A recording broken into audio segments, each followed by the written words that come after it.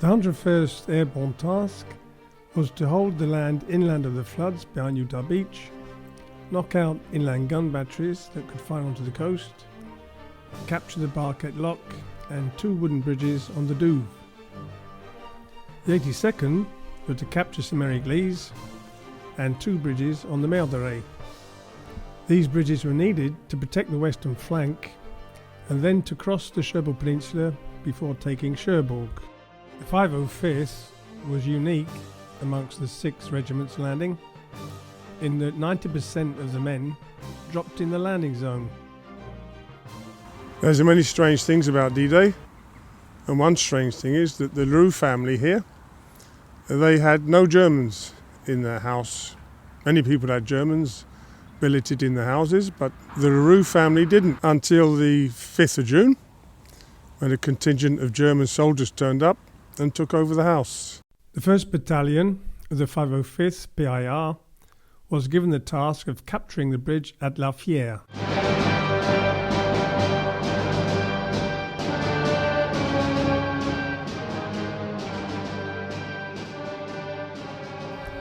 Lieutenant Dolan of Company A was given the task of starting the attack. Now they came down the road from Sainte Mère eglise that way. The La Fiere bridge is just around that bend.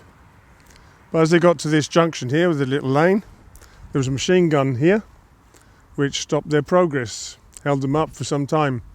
Dolan sent some men round to outflank them, but Captain Schwarzwälder was already attacking the Germans at the manor, and so finally the machine gun pulled back. Dolan and his men could advance again. Captain Schwarzwälder of the 507th had already started attacking the manor. He'd actually landed this side of the river, and he should have been the other side where the 507th were. Anyway, he was attacking the manor before Dolan arrived. The fighting continued till around 10, and then a white flag was shown on the manor. But then a paratrooper was shot, and so the fighting continued. The deputy commander of the 82nd was General Gavin. At 37, he was the youngest general. Now, he landed the other side of the Mulberries over there, and he found the railway line which comes across the floods, and so he came across this side. Colonel Lindquist, who was the 508th, should have landed over there. He landed over there near where General Gavin was, and because he couldn't go south, he decided to come across the railway line as well and ended up here. Finding Major Kellum still battling for the Fiere and confident that he would prevail over the Germans, Gavin set off southwards towards Chef du Pont, following the railway line and taking Lieutenant Colonel Osterberg and Maloney with him. During the fighting, the Leroux family were taking shelter in the cellar, and they managed to get out and get into some outbuildings where they met some Americans. And then Sergeant Palmer got into the cellar of the manor, fired a machine gun through the ceiling of the cellar, which was the ground floor, and that forced the Germans to finally surrender. So 28 Germans had held up over 300 men for over 2 hours. The 507th drop zone T was northwest of La Fiere, the other side of the floods near Angoville. Most of the carrier planes overshot the drop zone. Now, that wouldn't have been a problem, except they were going into the floods, and that hadn't shown up on aerial photos because the reeds growing in.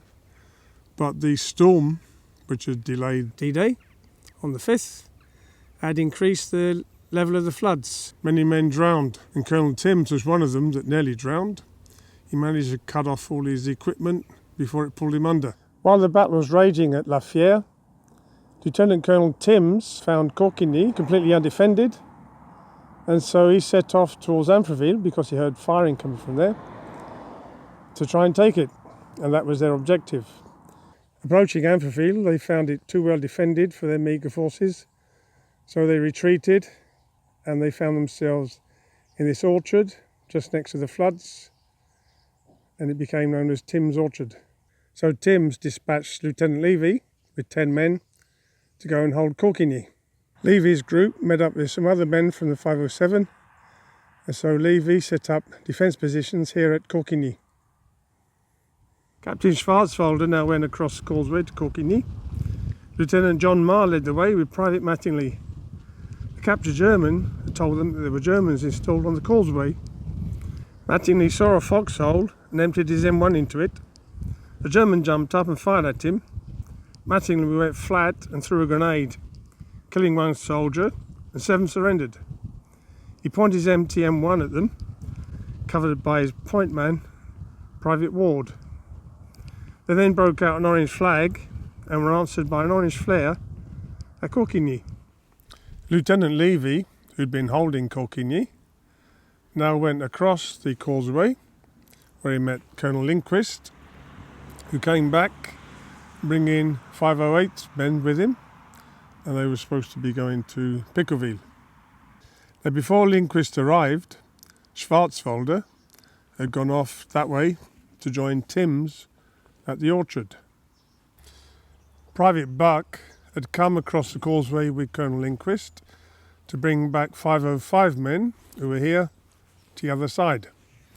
This was a good occasion for every man to get back to his unit. So by midday, Fiere and both ends of the causeway were held securely, so the 4th Division could come from Utah Beach, cross the causeway and carry on across the Cherbourg Peninsula. Well, that was a short video, but of course that wasn't the end of the story. There was more to come. Just then, Cormilo and Levy heard the dreaded sound of clanking of tanks coming down the road from Pickerville. Cormilo could see the turrets of the tanks above the hedges. Private Buck and the other 505 men went back across the causeway with Lindquist. An unknown sergeant and a trooper were attacking the tanks covered by Private Stewart. With gammon grenades, they managed to disable 2 tanks, and the sergeant killed the crew bailing out with a fragmentation grenade. The men were running out of ammunition, so Levy, Cormilo and the others tailed it to the orchard to join Tim's. The problem now was that the 508 men, who had turned left at the junction to go to Pickerville, they couldn't get back across the causeway and were caught in the open. The survivors tried to wade across the floods. The men at the Fiere could see them, but they could do little to help them at that distance. Just a 57mm gun at the bend was firing right across the river.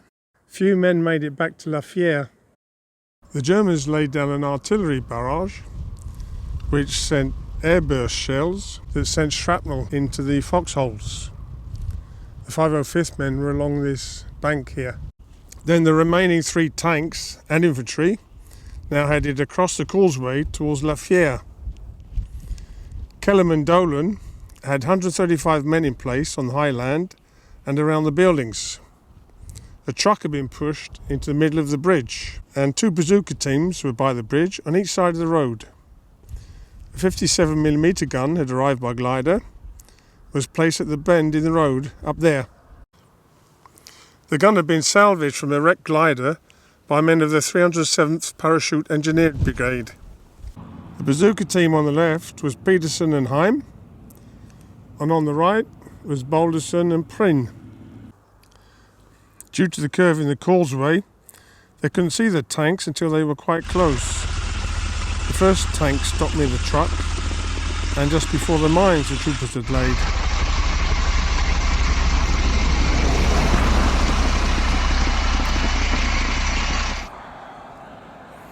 The commander opened the hatch and stuck his head out.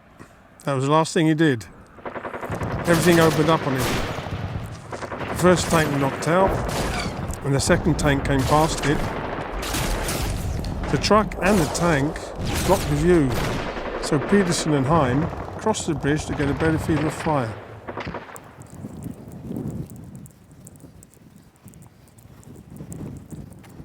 When they were out of rockets, Heim ran back across the bridge to get rockets from the other team. and he found that they'd abandoned their bazooka because it'd been damaged. So he scooped up the bag of rockets he found there, ran back across the bridge again. During this action, Major Cullen had run up to bring them more ammunition, and the mortar hit him. He was mortally wounded. So finally the 2 tanks were knocked out by the action of the bazookas and the 57mm gun up at the bend. The Germans didn't attack again on the 6th, but during the night they kept up a barrage of artillery and mortar. The wounded and dead were taken off during the night. A company had lost 25% of its men.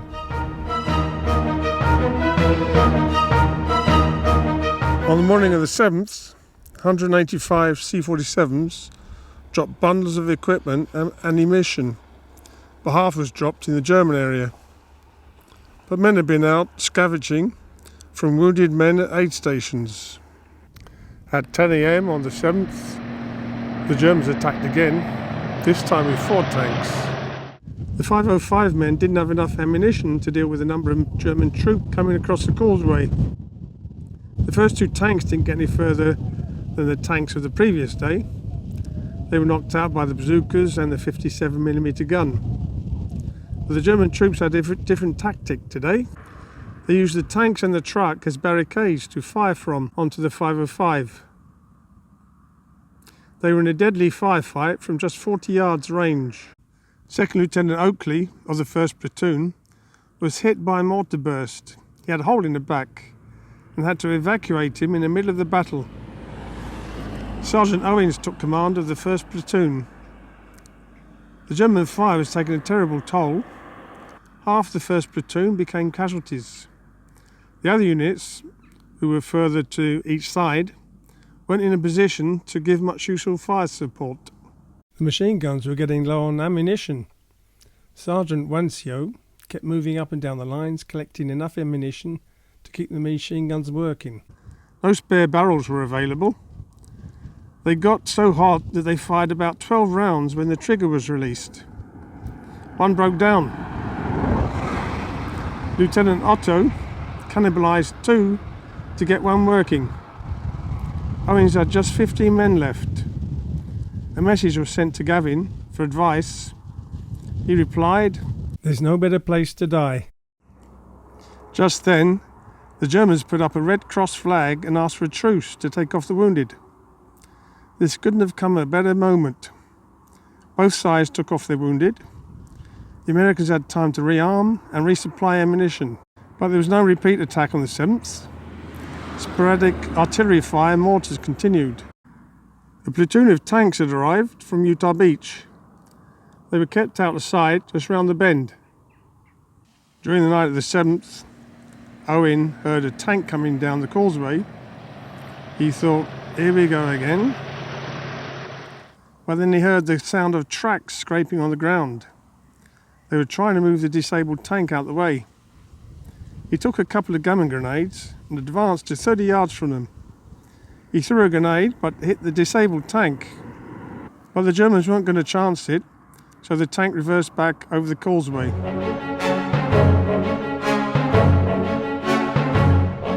On the 8th, that's D+2, the 505th was relieved by men from the 507th. Lindquist and the 508th men had moved towards Neuville Plan to counter a suspected counterattack, but on returning he reported they'd killed just 1 German. There was no threat from the north just then. He was sent to relieve Captain Creek at the Chef du Pont. The bridge was holding up the 4th Division advance. General Ridgway was getting impatient. Timms and his men around the orchard had been surrounded by the Germans, but they didn't attempt to rush them. Both sides harried the others to keep them away. The Frenchmen showed them a way across the floods. It was a road just below the water which led to the railway line. Lieutenant Marr and Private First Class Carter waded across the floods and got to meet Ridgway. Ridgway decided that the 1st Battalion of the 325th Glider Regiment would recross the floods with Marr, and with Tim's forces would attack the Germans from the other side of the causeway.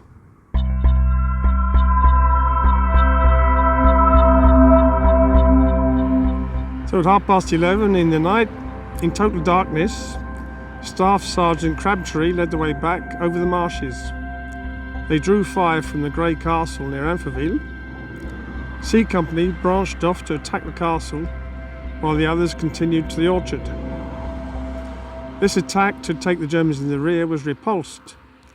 The Germans, who had been expelled from the Grey Chateau, joined in with added reinforcements. The men then had orders to recross the floods or stay with Timms in his defence position. During the attack to take the Germans by the rear, some units were separated, and Private First Class de Glopper and his unit found themselves here. They came across the field this way, and they were pinned down by a machine gun. Now, de Glopper, he went into the middle of the road, and he was firing his Browning automatic rifle, and he was firing at the Germans, and he got hit, but he carried on firing, and that allowed his men to pull out. He was awarded the Medal of Honour for his action. Hearing of the failed attack, Gavin decided a frontal attack across the causeway must be made. It was the 3rd Battalion of the 325th that would make it, and it would be led by Lieutenant Sauls. They were to be backed up by Captain Wray and the men of the 507th. The attack was to be supported by artillery fire from 155mm guns of the 90th Division and mortars laying down fire on the opposite bank, plus fire from tanks under cover on the road. Captain Sauls realised that if they went down the road from the bend, they would be exposed before they even got to the bridge. So he led the men round the back of the manor and came down this lane. Sauls shouted, "Go, go, go," and ran across the bridge and the causeway, followed closely by Staff Sergeant Ericsson, Lieutenant Wasson and a barman. Sauls had told the men to run as fast as possible to get across the causeway. They all reached the other end of the causeway. Ericsson went to the left with his bar and squad. Sauls looked back down the causeway. Most of the company weren't following. Just as Sauls took off, Private Johnson was shot in the head. The men behind him stopped dead. They didn't move again till 10 minutes later, when Lieutenant Amino yelled, "Let's go and kill the sons of bitches." He ran onto the causeway, and some followed. Sauls had just 30 men who'd crossed with him. Wasson had gone straight up the road towards Angoville. He seen a machine gun firing from there and he wanted it. He edged near, but then the only option was to rush it. He got near enough to lob a grenade, which had destroyed the gun, but he was fatally wounded just then. Saul's runner, Private First Class Thurston, saw Wasson's demise and noticed another machine gun nearby. He advanced carefully and he shot the gunners one by one with his M1. Ericsson and his men had turned down this lane to the left. They had a few grenade contests with the Germans. As the Allied grenades were more powerful than the German grenades, each encounter ended with the Germans surrendering and being sent off towards the causeway. Companies E, F and G now made their way across the causeway and set up defensive positions around Cauquingny.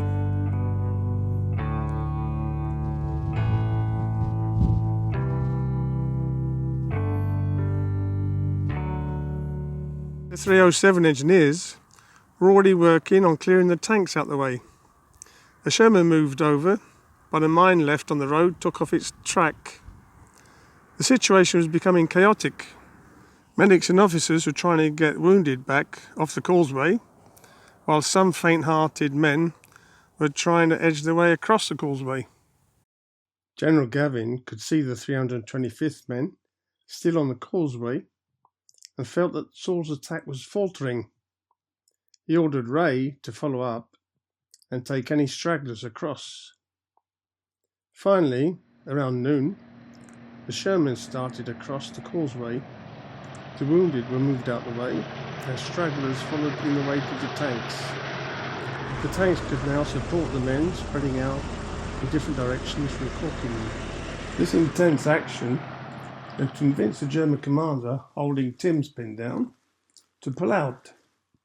Captain Wray was then able to rejoin Timms with no resistance. This seemingly insignificant but vital bridge had held up the 82nd and the Force Division for 3 days. With hindsight, one could suggest that Timms should have kept his men at Cauquingny to confront the German assault, but the mission was to take Merville. By chance, Timms and his men were holding out in the orchard by the floods. The Germans knew about that submerged road. If he hadn't been there, the Germans could have used it to outflank the troops at Fiere. This bloody 3-day battle had cost the lives of over 250 men. The bridge at Chef du Pont had held up the troops for 3 days as well.